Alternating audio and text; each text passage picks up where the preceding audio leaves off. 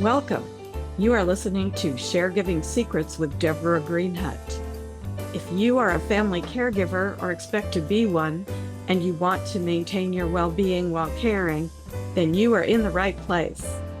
We need to invent and reinvent family care, and together we're going to do it. My big idea is rational caregiving, and my motto is, let your brain lead your heart.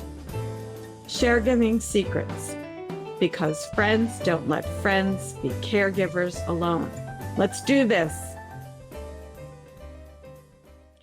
All right, so I am here today with Kelvin Green, and he has a rather interesting role, both as a parent and as a cybersecurity advisor.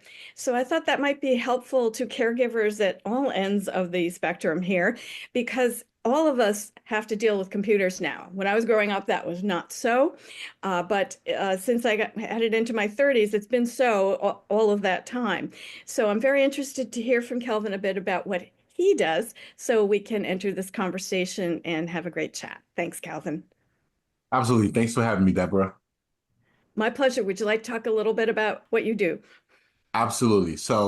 I'm a cybersecurity advisor. What I do is I help organizations to understand themselves. In order to understand yourself, you got to understand the people.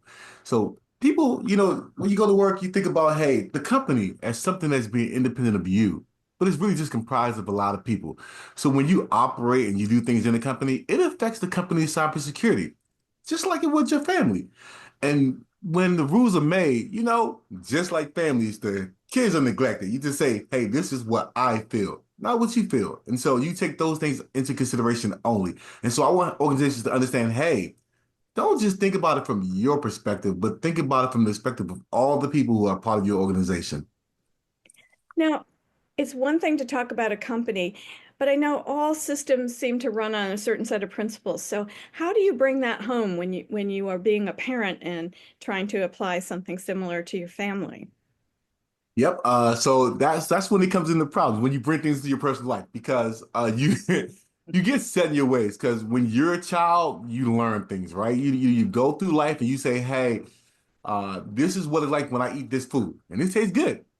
Doesn't matter if that food's bad for you, you just learn to eat it, right? And so then when you're a parent, you may realize that that food is bad after 10 years of feeding it to your kid. You might look at TV and they say, hey, this is bad. But because you gave it to your kid and you got used to it, you got to adapt and accept the fact that your kid's going to want to eat it because you told them to eat it, even if your perspective changed. And the same thing again with security, meaning you could have had somebody who was using computers for the last 25 years and they're set in their way. This is how I check my email. This is how I log in. This is what I do. And you're going to tell them to do something different. Oh man, you're going to have a bad time. So just like with everybody else, I feel like I'm facing those same challenges as a parent. That's interesting. I hadn't thought about it that way, that people do get set in their ways, and the last thing you really want is a lot of conflict when you're trying to run a big system like that, whether it's a family or an office. I remember trying to teach people about blue screens many, many, many, many years ago, and having to learn it myself. It was really something I had never anticipated knowing anything about. I guess I came of age in the punch card generation, so a lot of things have changed since then, and it's a lot easier to do now, and I will never go back. Um, and I say something similar, I guess, about families. So I know that in the crush of a day, when you're a family caregiver, sometimes you just don't want to be bothered with exploring things from your child's point of view. And I know that there were times when my kids would say, Mom, that hurts. That's not right. Don't do that. And I would look at them like, what is the matter with you? So, what do you recommend for that frazzled parent at this point? How can we handle that better? What's the solution? Well, it's a simple thing. Empathy. You got to understand them. So think about it. Why are they doing that? There is a reason. So, I believe in philosophy to say that nothing happens for no reason. So why is my child behaving that way? My wife used to say to me, he's just like you. Me, no, he's not. And she's like, he's doing that because you did. I'm like, no, I don't. That's because I don't see myself as doing whatever he's doing. Or matter of fact, I'm not irritated by it. But when my child is doing it, it's a different opinion. And so how to understand how to connect? Well, you just got to say, hey, you know what? they're doing this already. This is the best thing my child knows how to do. If I want them to do something else, I gotta figure out how I convince them to believe that this is the best thing to do. This is usually by doing it yourself. Oh, that's hard. Like not eating that food in the bed or turning all the lights off. Man, we so what the kids do it, but we are criminals ourselves. And so I try to take my time and say, he's doing it. All right, this sucks. And I gotta do it because there's nothing I mean, there's nothing in the world I can do to just undo that. So I gotta figure out a way to how to convince him to believe that it's better for him to do that. And then you start down that path. Do I have an embarrassing answer for you?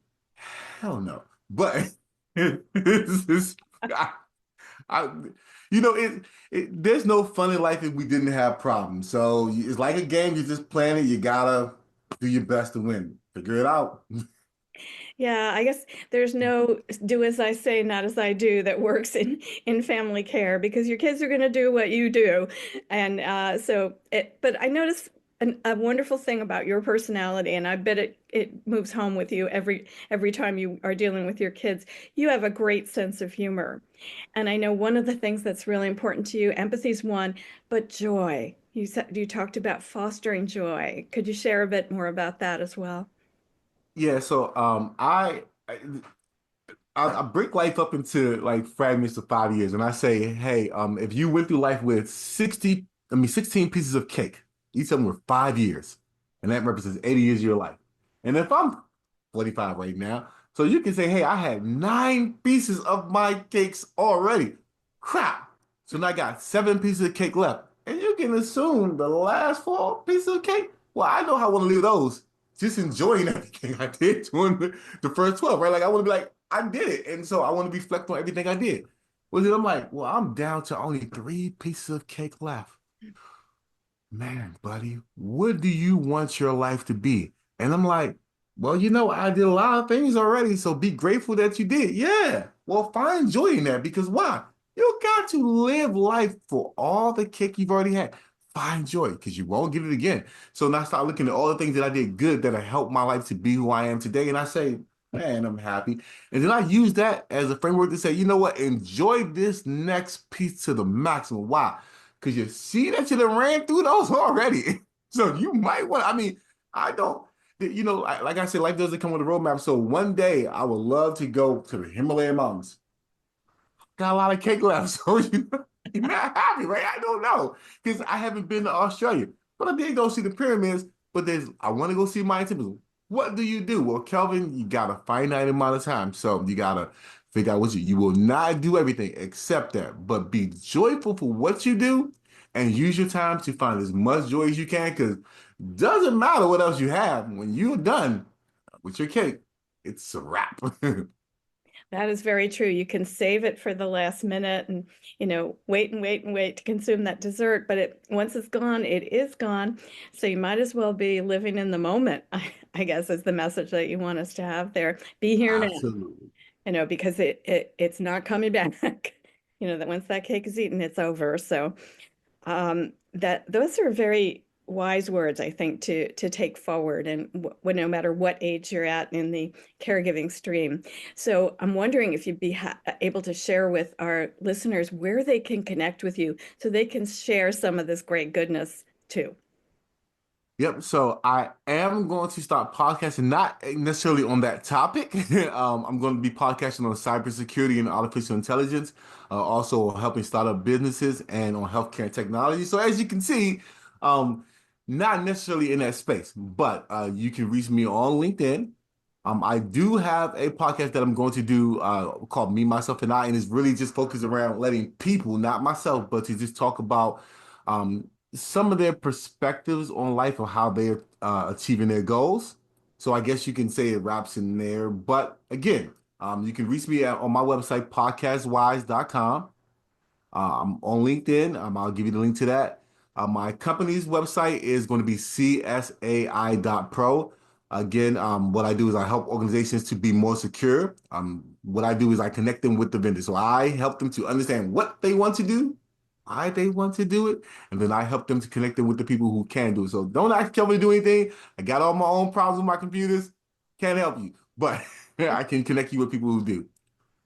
That's great. So you'd be a great guide to go to. I know a lot of people are struggling with what is AI and, how does it relate to me? So it's wonderful to hear that you're going to do that public service of giving people some information. And we're certainly going to put all of your links in the show notes so everybody can catch up with you. And I'm just wondering, is there anything in closing you'd like my audience of sharegivers? I call them sharegivers because we're looking for ways to get more people into the story so it's not so stressful. Any closing message you'd like to give to the audience today? Absolutely. Play games. I'm going to tell you a little something about life. Your whole life from the beginning to the end, you're playing games. I get it. It may not seem like games, but when you go to work, they're hedging that somebody's going to buy from them versus buying from somebody else. So they're going to find ways to attract the customers. They're playing the game. If you are going out to the store and you're trying to buy something for a price, why does it say 95 cents versus one, zero is $1? Because they're playing the mind game with you. They're saying when you see this, you're more likely to buy. So you got to just say, hey, know that game and decide to go a different route because maybe you don't need that thing. But throughout your whole life, you're playing games. So do you want to be entertained and find more joy? Find more games to connect with the people around you. People who play the same kind of games in general are on the same page, meaning you play shooting games and somebody else plays puzzle games, you might not be in the same world. But yes, but if you do, then you connect. So play games. That's a great way to end this by thinking about how play is part of really good communication and sustaining your life. And they say if you keep playing the games, doing the puzzles and everything through the end of your life, you're going to keep your brain sharp for a much longer time. So it is great advice across the generations. Kids need to learn strategy and older people need to keep the mind going. So thank you so much, Kelvin. This has been a great interview and I'm so glad you showed up today. Thank you, Deborah. Battle is here. Thank you. Thank you for joining me today on The Sharegiving Secret. You can dive deeper by picking up a copy of my pamphlet, Non-Negotiables for Caregivers. Go to my website, deborahgreenhut.com, and click on the link for Non-Negotiables for Caregivers. Until next time, keep sharing, keep caring, and remember, you're not alone on this journey.